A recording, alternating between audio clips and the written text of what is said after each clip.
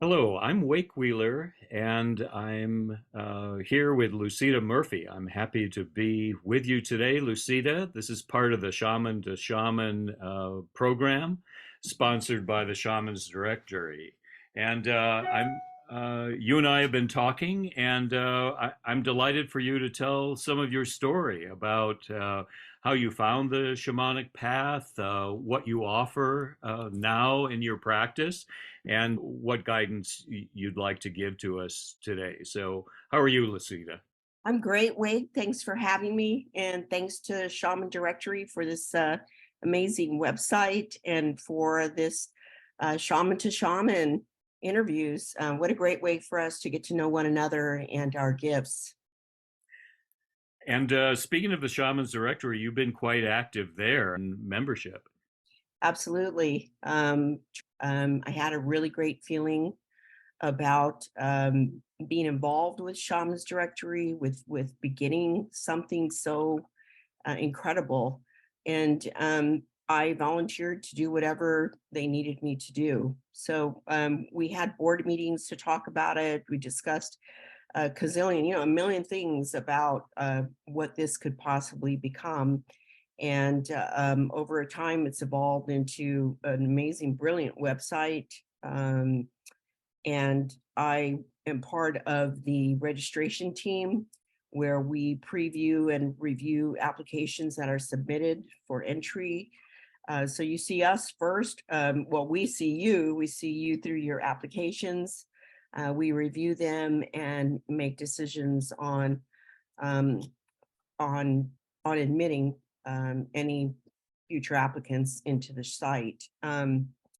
We're really conscious of the impeccability of our website. We're a global shamanic portal, and we include shamanic practitioners of every kind. That's our first and foremost goal. So it's a great responsibility, and I'm happy to be on that team. In addition, I also was recruited to translate Shamans Directory into Spanish because there's a great need for that with our Latin American shamans. But I'm not the translator officially. We have a beautiful woman who is a professional translator and is a great person. And she's the one that translated it in its entirety. And I help her review it and we edit. So we have edited and we continue to help any Spanish-speaking shamans that need to apply to our website. That's great. I really appreciate your work. I'm sure everyone in the Shamans Directory appreciates your work on outreach and translation, all that you do to support the Shamans Directory itself. Thank you. It's an honor.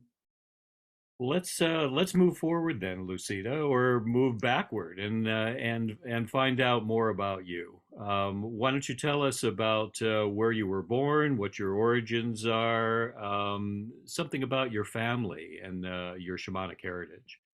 Yes. So my birth name is Lucia Carmina Leba, which is my maiden name. I'm Mexican. I was born in Phoenix, Arizona. I'm second generation. My grandparents homesteaded in El Mirage, a small little town in Arizona, and I spent my summers there. I was born in Phoenix, and my family lived near my grandparents, and I spent a lot of time there. There was no, there was dairy farms and regular agricultural farms. No buildings for miles, and so as a child, I felt very connected to the earth. In Arizona, there's a really red earth, and I just always felt connected to that. Um, as far as shamanic lineage, I'm the first in my family to pursue classic shamanic study, but I feel that it's part of my work in this lifetime to awaken that lineage, to reawaken it. As a child, I always heard a small voice inside of me. I could feel and sense the energy of the earth in my grandfather's garden. when we ran around picking the eggs and chasing the chickens. And when I spent summers with my grandparents in the morning, like 5 in the morning, my grandfather was an early riser, and I went with him to the garden to pick vegetables. And he stepped away from me for a moment. And when I turned to see him, I saw him raising his arms and making an offering to Hmm. the heavens. And I asked him what he was doing, and he said, "We always had to give thanks." And he said that in Spanish.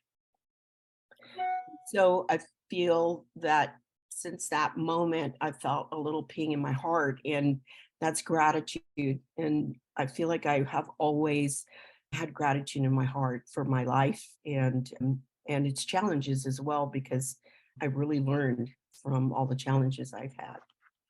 Well, and just speaking of your grandfather and that relationship, a moment is that how how telling it is that he would offer appreciation in the field and that you would notice.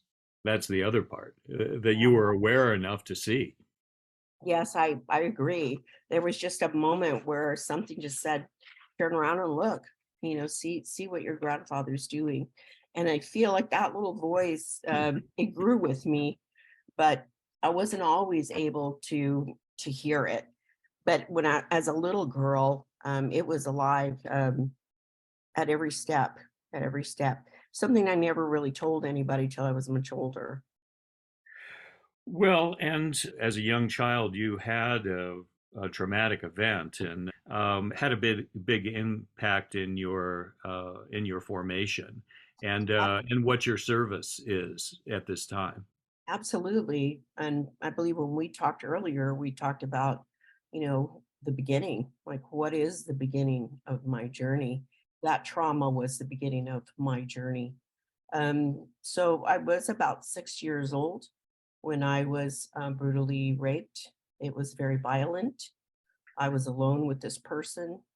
And somehow in that moment, I felt I died physically. And when I closed my eyes, because I couldn't bear the trauma, the horror anymore, I found myself being lifted and carried up to the clouds, which I saw laying down through a window. I saw these huge, wonderful clouds. And all of a sudden, I saw myself in the clouds, and I could sense a being with me, an energy that was calm, that was loving.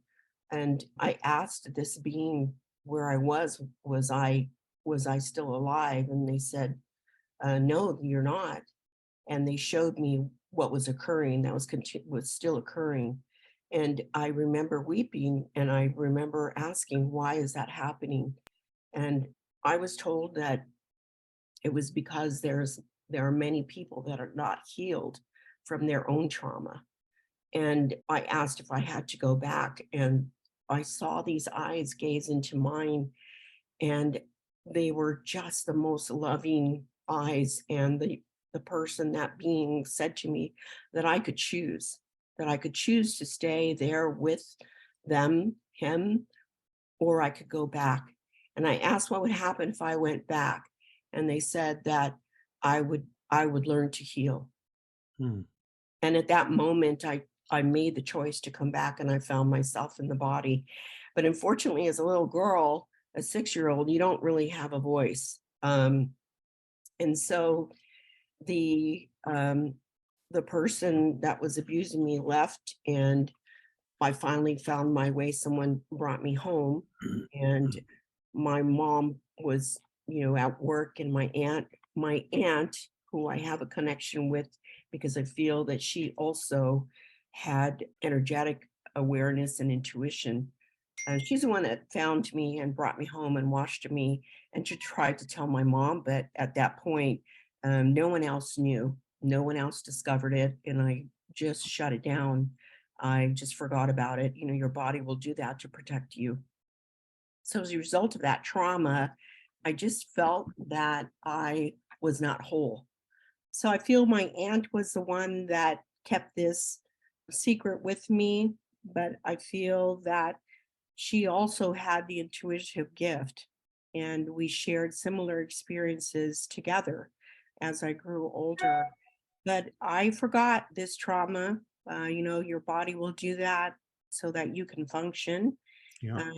But it was in there somewhere and it affected me in multiple ways. And one of the ways was I had depression and anxiety for much of my life. And as I got older and had a family, it began to, I began to break little by little. It was like a crack in a window that just grew and grew and grew until it shattered. And I was in my early 40s and I had an emotional break. I went into therapy for several years. And at that time, I saw a wonderful art therapist who encouraged me to process my pain through art. But she also was a hypnotherapist, and she guided me to remember and recall the event, which made a huge impact on me because it's one thing to remember that you got a spanking as a little girl. It's quite another thing to realize that you had been so viciously traumatized. So it took me another 6 months of therapy to integrate that into my life.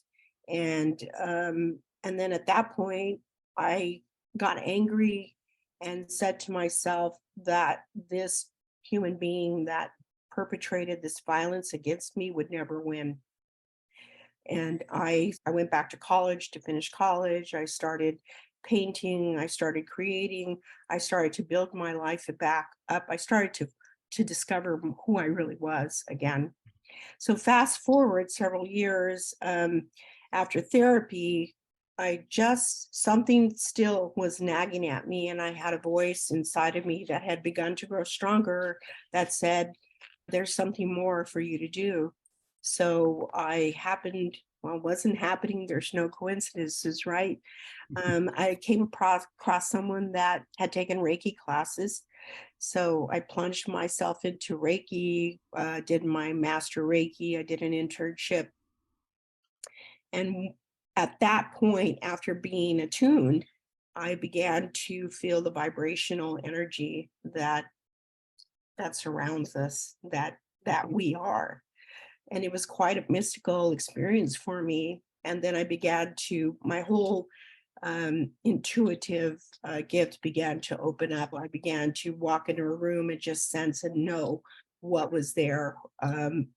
So I just began to still keep learning. I read books. I went on to do cranial sacral unwinding to work with the body. And at that point, it all opened up quite magnificently. And I knew then that there was more I had to do.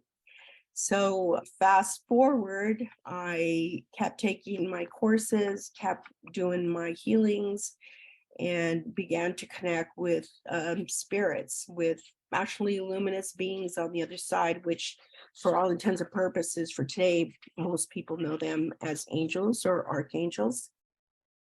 I received several visits. I received a lot of information about my gift and my family. And I also received information on how to use my lineage's healing. Um, so I just kept working on my own. And at one point, I went to a meeting where we were encouraged to meet our angels. Now, I had been born Catholic, raised Catholic, baptized, the whole 9 yards. And when I suffered my trauma, when I remembered, I left the church and I left Catholicism really, but I still was a very spiritual person. And at that point where I believed in spirituality and a higher power, but wasn't sure I agreed with too much more of the church's teachings. And then I went to a meeting where they said, oh, we're going to meet our guardian angels. And I'm like, okay, Yeah. here, okay, sure. And there was a meditation where they said, ask your guardian angel to give you a sign. And I was very skeptical. And I just remember saying, okay, if you're here, let me feel you. Right. Well, to my big surprise, I felt a feather on my neck. And at that point, I just tuned into that energy and that vibration. And then she continued, the facilitator continued with the meditation. And I remember a golden stairway, and I walked up the stairway into the clouds. And all of a sudden, I felt this presence that I knew. And Hmm. when I looked in this being's eyes, it was the same being that had pulled me from that abuse all those years before. Um, Boom. Yeah. wow. And I I wept and I Hmm. thanked him, and he said, "There's more for you to do. Keep going." And so I did. I continued my studies. I had an experience that led me to shamanic healing, one where I was instructed to help a young man shut down. Um, and I went to a teacher and said, "What do I do about this?" And he said, "Your experience was classical shamanic work. I recommend you go find a teacher." So I came across a shamanic teacher. I found a book by him. I read it, and in one of the chapters, I realized it was something that I had previously done, and I had no idea what it was. But here it is in this book. So I took the course and did a lot of healing work on myself and felt very empowered and healed, and moved forward into working and learning more about shamanic healing and Andean mysticism. And so here I am. One of the things that you mentioned, Lucita, before when we spoke was the sensitivity of your hands. Oh, That's quite an integral part of your healing process. Could you say a little bit more about that? right.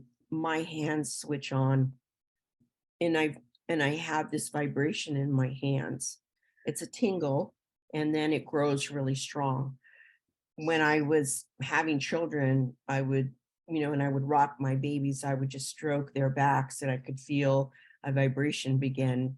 And I just didn't know what it was. And in fact, it kind of scared me and I quit doing that for a while. But, when you're rocking a baby, you got to rub their back. So you keep doing it. And so that was kind of the first inkling I'd had. And I know that when I was painting, I realized that a lot of energy would come from my hands onto the brush and onto the canvas.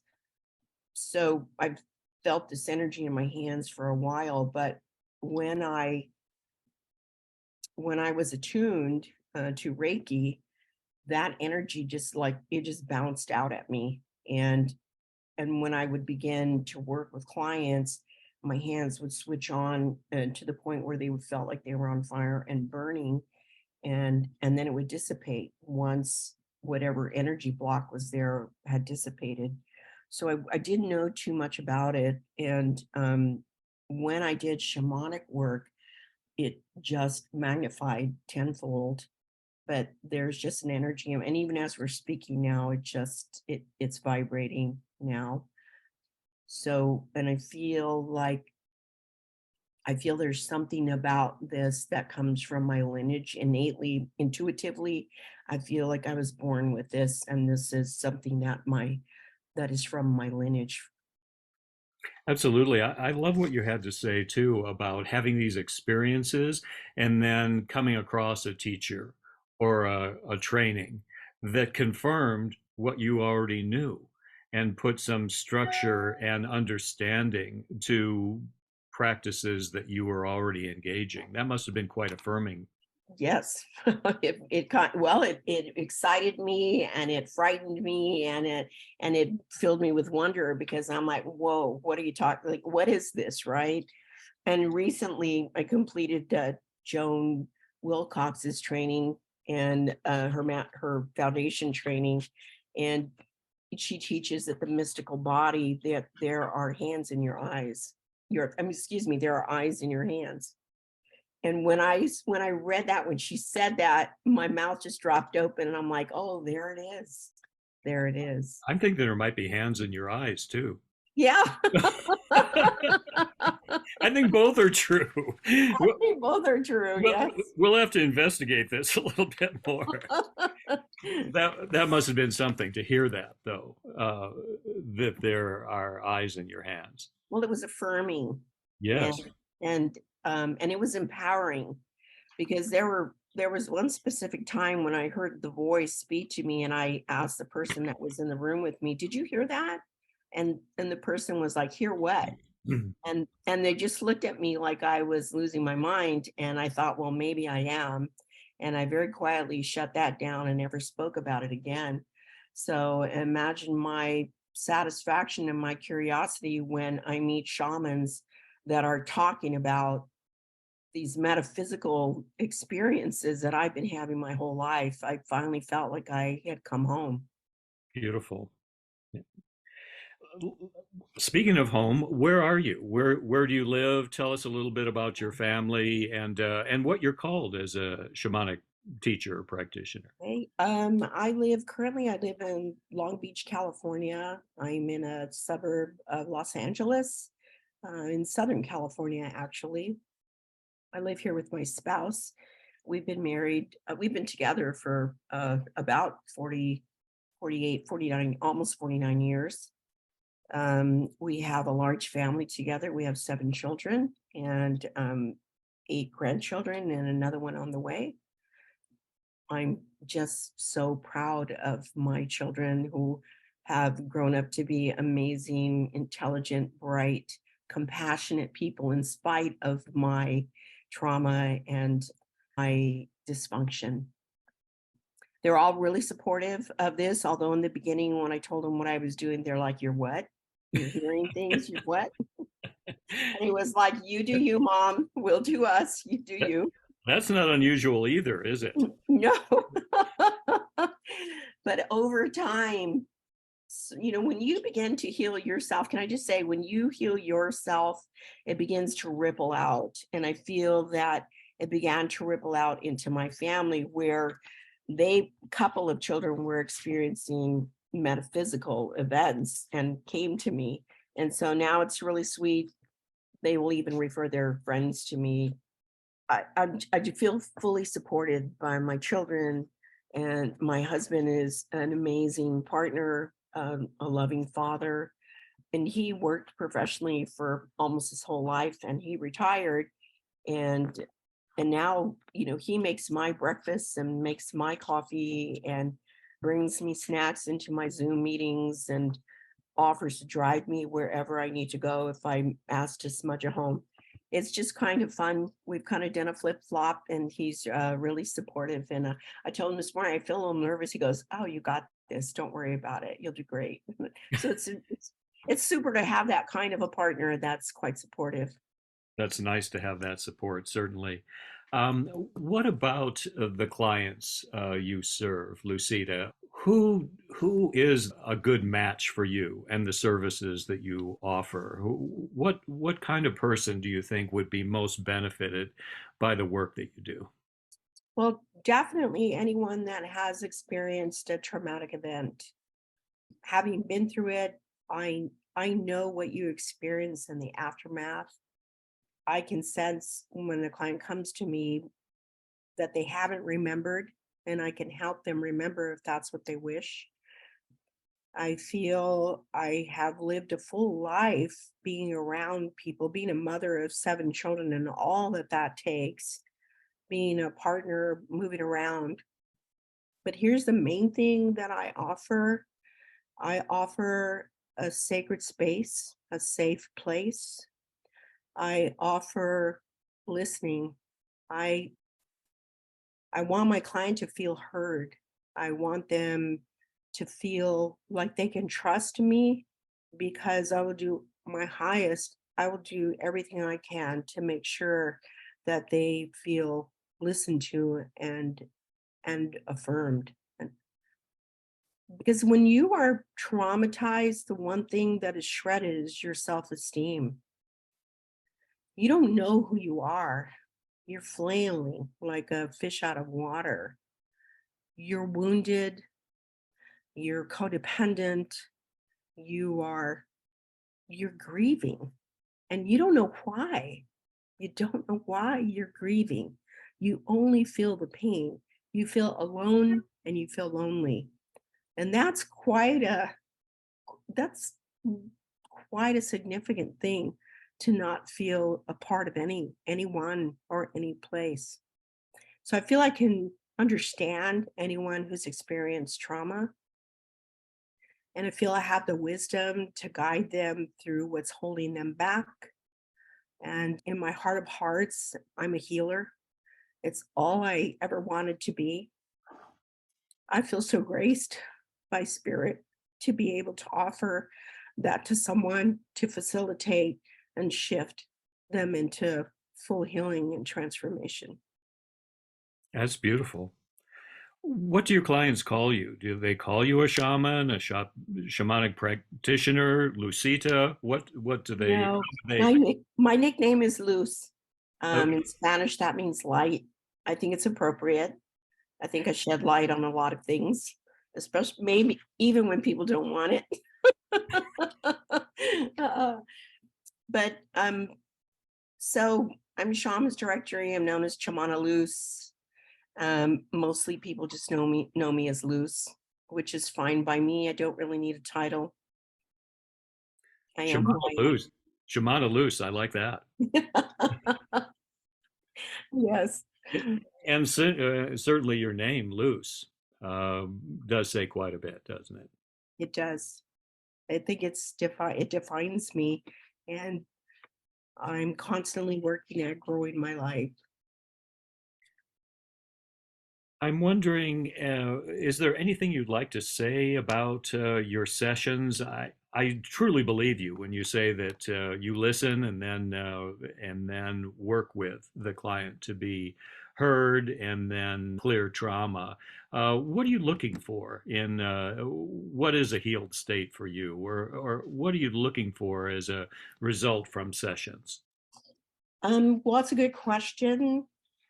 I'm I'm looking for a shift when Mhm. I move into their energy to see what I can see in their body, what their body's telling me, which I would really learn from cranial sacral unwinding, just moving through the physical body and see where is there a stop of energetic flow, where is that, and then move into it energetically and say, what is this, what is this about, how can we move this out and clear it and shift it.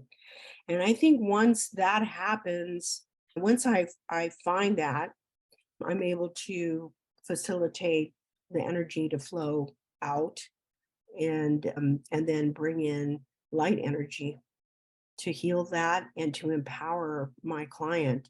I took a psychic healing course from a quite a wonderful woman who taught me a meditation on how to call back a person's power. And I have added that to the end of my healing work at every session.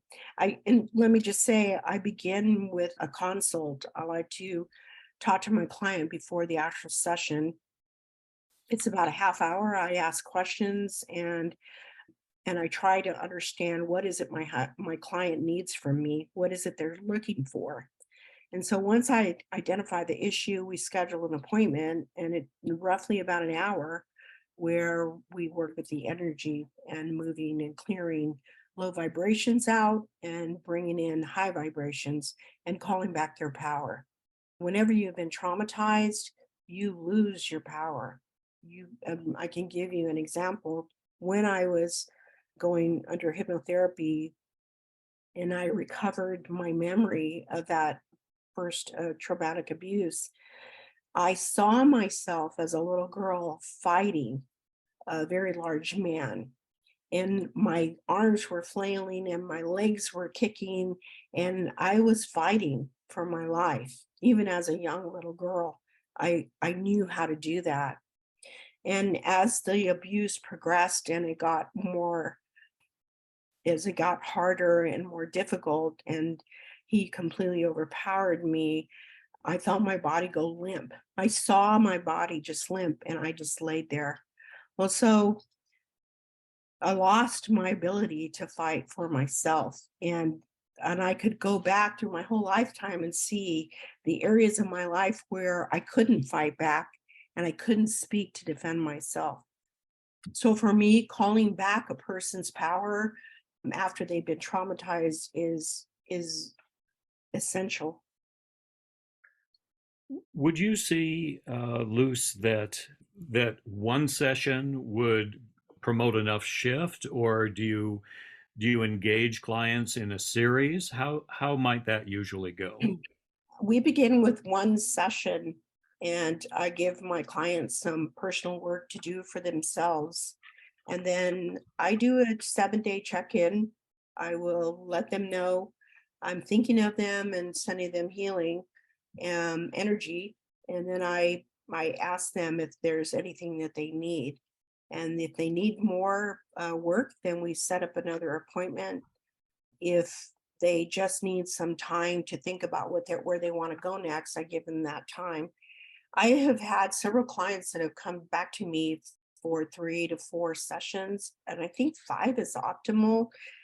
But once negative energy is purged and you call back your power from that event, I find that people feel empowered and they get up and they begin to move and take action, which I think is super important and very healing. And I feel like it's a transformation from from from trauma to post trauma. It's like all of a sudden you're like, yeah, I am a good person. Yep, I can do this. I am well. And I always give my clients a mantra, tell yourself you're well. Tell yourself you're healed. Wake up feeling that. And I think when a person begins to feel, as we know from energy, you begin to feel a certain way, and that goes out to the universe and it comes back to you. Beautiful. I'm sure your clients are well supported, and I I really am struck by the fact that you'll check back and see what your clients want, and then support them Yeah. through. Thanks for that. That came to me because I have found that in today's medical community, um, nobody calls to see how you are. If you need something from your doctor, you call them back and you wait for months to see them. Um, your therapist, you can call them when you need them. I don't have too many therapists that call me back to say, I'm worried about you. How are you doing? So for me as a shaman that shifts energy and perceives energy, when my clients leave me, I keep them under, um, I just want to say, under a protective bubble until I feel that they're strong enough to move forward. And because I'm connected to them energetically, part of me can sense if they need more. I rarely reach out, but after my session with them, I do wait 7 days to see how the energy is moving through them. I always tell them if after 3 days you feel traumatized still, call me. I don't ever say no. Well, I feel like I do want to ask you about your fee structure, just in general. Not to I know it's individual with every case, Right, but what kind of financial commitment would work with you right. involved? In the beginning, I didn't know how to charge. Like how do you charge to heal somebody? What is that really, right? Right. And I wanted to be fair. And because I grew up in poverty and I grew up very poor, and as an adult woman raising a large family, we rarely had the money for anything extra. And so I I'm sensitive to that. So I once worked with a shaman who offered a sliding scale fee, and it was exactly what I needed at the time. And I really appreciated that. And so that is what I offer. I offer a sliding scale fee. I start at $75 an hour. I move to 150 and 300. And I always tell my clients if you are traumatized and in need and cannot afford it, I won't say no to you because spirit sends you to me and I'm doing spirit's work. So we make an arrangement. And I think that that is something that spirit guided me towards. I'm sure it works out well for you and your clients alike. And I like the fact that you're collaborative about it, that I get the sense that you work with your clients very personally, very directly Right. with the issues they present. It's like they say there, for the grace of God, go I. Right. Well, I was there. So I know how they are feeling. I know that experience. I lived it. So I'm very sensitive to it. Before we get to your message for those who would watch this, is there anything else you'd like to talk about in regards to your practice? Well, yes, I have also been trained in mediumship. I'm in what my mentor calls me an energy medium because I perceive energy really quickly, and I can begin a mediumship session, and then I get to the point where I see that they have an issue in their body physically that needs healing. And so then the session quickly accelerates into a healing session. So sometimes it's a two for one. um, so I do offer energy work, but I also am a medium and I offer that as well. How would you describe mediumship to someone who's not familiar with it? Well, so mediumship is the ability to use your psychic senses to perceive spirits that have passed away and gone to the other side, your ancestors, your loved ones that have died and may come back for closure, for your closure or for theirs. Maybe there was a message they didn't get through while they were alive. Maybe they need forgiveness. So very often I can meet a person and feel a vibration coming towards me that I know needs support. And you can do this work through the internet as well. Yes, I can do it. That I prefer to do that on the phone because you Okay. can really perceive that energy much faster. I do have clients that have come to my home, and it it does, the vibration comes through, and I can actually do a reading. There's just something about talking to people over the phone where I just get a clearer vibration and a clearer message as well. Anything else about your practice currently? Contact me through Shamans Directory. My profile is there and my contact information is there. But mostly, I feel the people that need my medicine are the ones spirit sends my way. So again, I'm an intuitive and I acquire my clients through allowing spirit to send them to me intuitively. Is there any message or is there any suggestion that you have now that you feel would be a help to people either individually or collectively as you see it? Is there anything in particular you'd like to offer? I think my message is about healing, healing yourself, and can be just a beautiful, magnanimous gift to yourself. Choose you. And I'm not saying that in a selfish way. I'm saying if there's something you feel that's amiss inside of you, that you just aren't joyful, I say call a shaman. I say come to Shaman's Directory. Find a shaman that you feel a connection to while going through their profiles, because today is a gift. Every day is a gift. And you want to experience the joy that true, authentic healing brings. Don't wait. Don't wait. Life is short. So I say step forward, step into your true self, step into your healing. And when you're healed, it ripples through to your family, to your children's children. And once we are healed, we can heal our planet, Pachamama. I like that. Call a shaman and look through the directory for an appropriate match. One more thought or just inquiry that I had, Lucita, is why do you think it's taken so long for people to get the idea that if they're in trouble or have a need or there's an imbalance or something that they want to deal with or cure, why has it taken so long to put the shamanic art into the spectrum of possibilities that we have, or putting it a different way, why now do you think the shamanic interventions are becoming more available? I believe that it's time. I believe that it's time for people to embrace their energetic selves, their luminous selves, because we are part human and part luminous beings. And I think we have to find a balance between the two. And I'll be the first to say it's a struggle.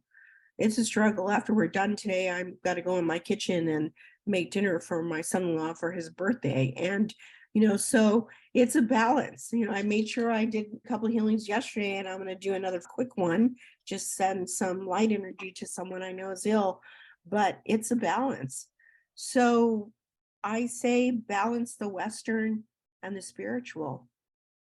Go to your doctors, treat what needs to be treated. Or if you believe in homeopathic healing, do that. But at the same time, don't neglect your spirit. Don't neglect your energetic body, your mystical body that's full of light energy. And I mean, bring that energy from the cosmos, ask the universe to heal your spirit and see what happens. I say balance it. I say call a shaman. We're waiting. We're waiting for you. Come get us.